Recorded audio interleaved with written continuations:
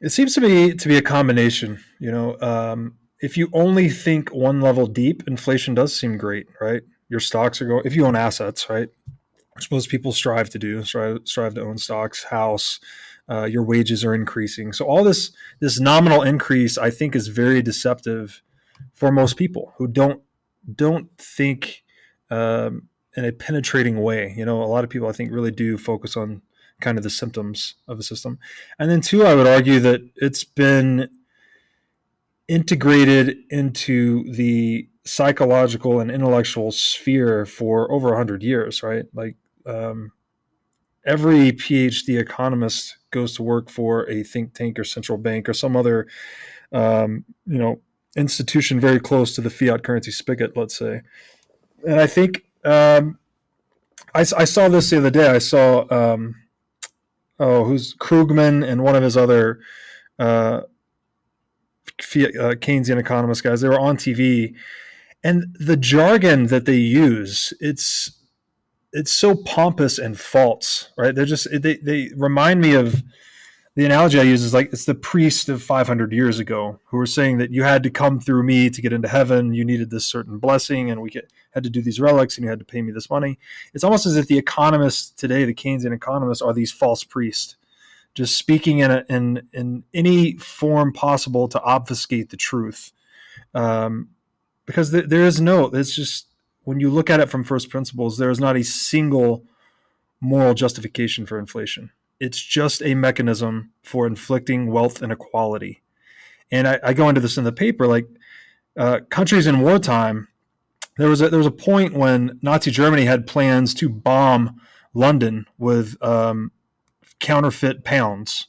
They're actually trying to induce inflation on their enemy by bombing them with their own counterfeit currency.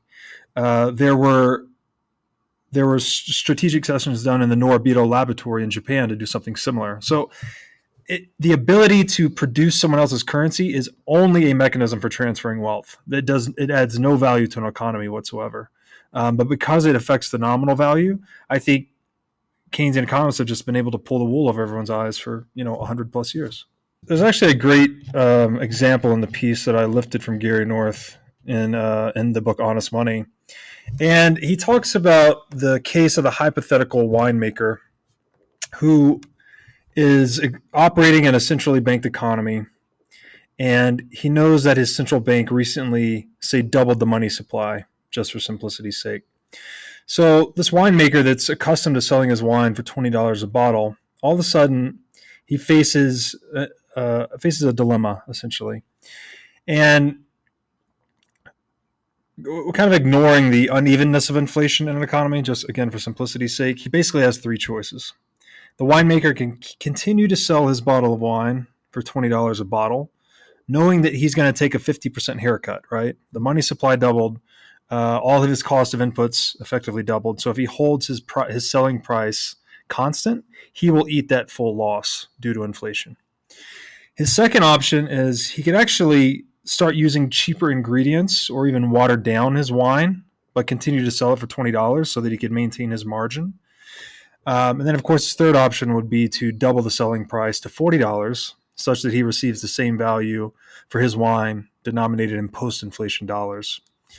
And what's really interesting about this is even if this hypothetical winemaker decides to go with option number 3 and to sell his wine at full brass, $40 post-inflation, $40 per bottle in post-inflation dollars to maintain his own margin, he will actually face competitive pressure from other winemakers that may be a little more unscrupulous and go for option 2, right?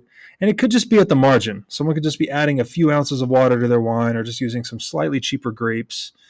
But it's essentially this process that actually links inflation to the incentive to defraud your customers. So inflation actually quantifiably incentivizes merchants and producers to be dishonest.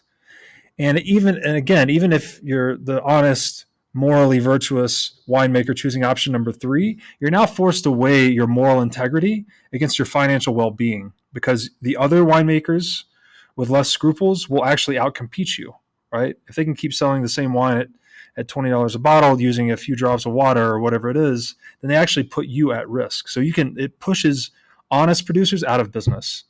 And so it's something very deep. It's almost as if, and inflation is a very misunderstood concept, but as I think most Bitcoiners understand, it is taxation without representation. It's theft. That's all it is. It's not good for an economy in any way. There's not a single equitable benefit. It only benefits those who can inflict it on others.